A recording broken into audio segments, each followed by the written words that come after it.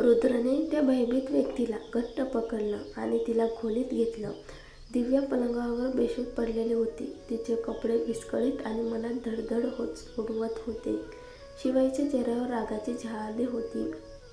त्याने खोलीत आलेल्या गुंडांवर जोरदार लाथा मारल्या. काहीजण खाली कोसळले आणि गयावया करत म्हणू लागले, साहेब माफ करा, आम्ही कोणाच्या सांगण्यावरून आलो होतो. तेवढ्यात दिव्या थोडीशी शुद्धीवर आली. तिने आपलं अंग झाकत रडू लागली. हे काय चाललंय? कोण आहेत हे लोक? शिवाय तिला मिठीत घेत म्हणाला, सांभाळ स्वतःला, आम्ही आलोय ना, तुला काही झालेलं नाही. पण दिव्याच्या मनात अजूनही भीती होती. ती त्याच्या मिठीत रडू लागली. शिवायने तिला थोपटत शांत केलं आणि मग ती थोडीशी स्थिर झाली. काव्या तिच्याकडे व्यथित नजरेने पाहत होती. दिव्या, तुला नेमकं काय झालं? कोणीतरी तुला त्रास द्यायचा प्रयत्न केलाय का? दिव्या विचार करत म्हणाली, मी रागाच्या भरात बाहेर गेले आणि काही लोकांनी मला झटक्यात बेशुद्ध केलं. काहीच कळलं नाही. पण एकदम तिचा चेहरा उजळला. मला काहीसं आठवतंय. मी अचेत असताना कुणीतरी मिस या नावाचा उल्लेख केला होता. म्हणजे? काव्या पुढे सरसावली. कुणीतरी म्हणालं होतं मिस देशपांडे. ती थोडक्यात थांबली. मी त्या देशपांडे कुटुंबातल्या एका श्रीमंत मुलीला उलटसुलट बोलले होते. कदाचित तिनेच. शिवायचा चेहरा कठोर झाला. हो, तीच असू शकते. रुद्रने शांतपणे विचार केलाच, पण तिने खूप स्वच्छ पद्धतीने हे केले. पुरावा मिळणं कठीण आहे. काव्या म्हणाली, पण दिव्याने जे ऐकलं त्याचा उपयोग? ते म्हणतील ती नशेत होती. रुद्र म्हणाला. दिव्याचं मन आता खचायला लागलं होतं. तिला हॉस्पिटलमध्ये तपासणीसाठी नेण्यात आलं. सर्व तपासण्या नॉर्मल आल्या.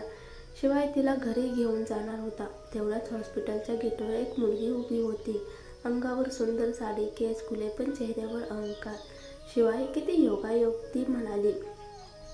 शिवाय चकित झाला. नायरा हसत म्हणाली, मी मावशीसाठी औषध आणायला आले होते. तुम्ही कशासाठी? तेवढ्यात तिची नजर दिव्याकडे गेली, जी अजूनही कमकुवत दिसत होती. दिव्या उभी राहून ओरडली, नायरा, हे तू केलंस ना? बोल. नायरा खोटं आश्चर्य दाखवत म्हणाली, काहीच कळत नाही मला.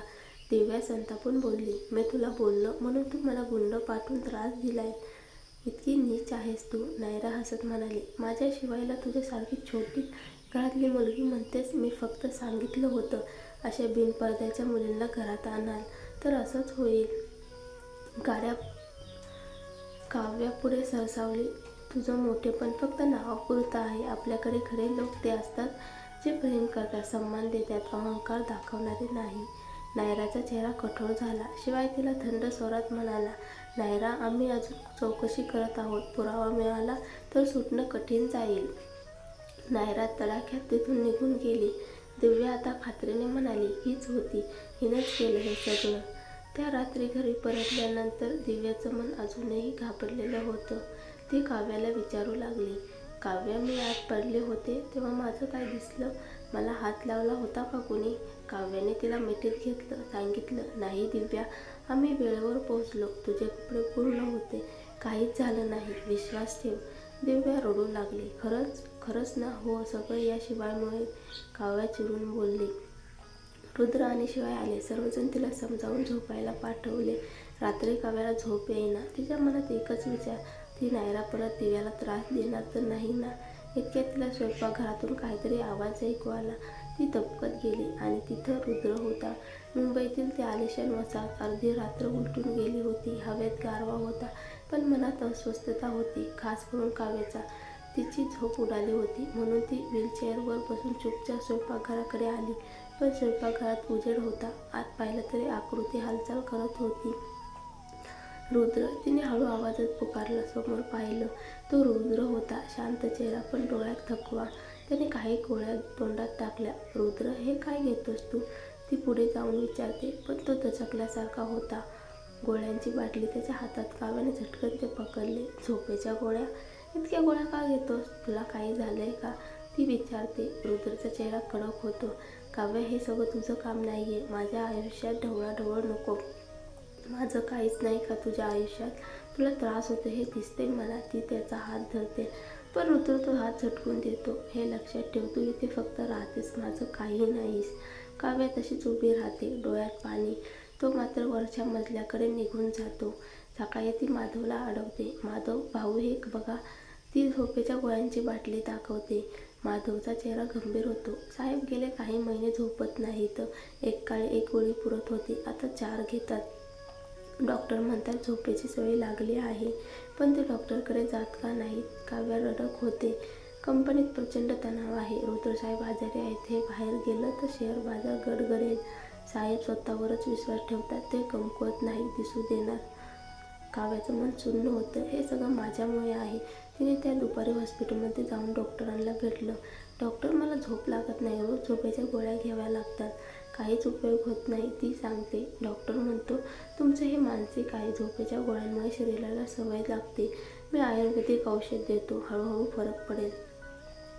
काव्या विचार करत राहते. रुद्र हे औषध घेईल का? ती घरी परतते आणि किचनमधल्या सेवकांना सांगते आयुर्वेदिक काढा बनवायला आणि पोषणयुक्त जेवण तयार करायला. ती फक्त बसून मार्गदर्शन करते. संध्याकाळी रुद्र घरी येतो. काव्या एकदम हसत म्हणते, रुद्र चल जेवायला बस. मी काहीतरी खास केलंय तुझ्यासाठी. रुद्रने नजर टाकली. कासर काढा बघून त्याचा चेहरा कडवट होतो. काव्या तो ओरडतो. काढ्याचा बाऊल झटकन जमिनीवर फेकतो. तू वेडी झालीस का? सगळ्यांसमोर मला आजारी दाखवायचं आहे तुला? काव्य थक्क.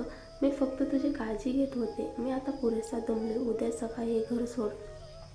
तो थेट म्हणतो. काव्या दिसते. रडतच तिथेच थांबते. माधव तिच्याजवळ येतो. ताई, तुम्ही जे करताय ते खूप मोठं आहे, पण साहेब गर्विष्ठ आहेत. त्यांना त्यांची कमजोरी कुणासमोर दाखवायची नाही, विशेषतः तुमच्यासमोर. काव्या डोळे पुसते. मी समजते. पुढच्या वेळेस मी सौम्य मार्गाने प्रयत्न करेन. त्या रात्री रुद्र बेडवर पडतो, पण झोप काही येत नाही. मी खूप कठोर बोललो का? त्याला अपराधी वाटत डॉक्टरांनी सांगितलं होतं, बाळंतपणानंतर महिलांना नैराश्य येऊ शकतं. तो बाळाच्या खोलीत जातो, पण तिथं दृश्य भयावह होतं. काव्या, तू हे काय करत आहेस? तो ओरडतो. कात्री तिच्या हातून खाली पडते. तिच्या शस्त्रक्रियेतून रक्त वाहत होतं. मी काही नाही, फक्त माझ्या जखमेचं औषध बदलत होते, ती घाबरत म्हणते. रुद्र तिचा हात पकडतो. तू वेडी झाली आहेस का? स्वतःच काही वाटत नाही का तुला? ती थकलेली, अश्रूंनी भरलेली. माफ कर, पण मी इथेच राहू इच्छिते. माझी जखम उघडली आहे. थोडे दिवस राहू दे ना रुद्र.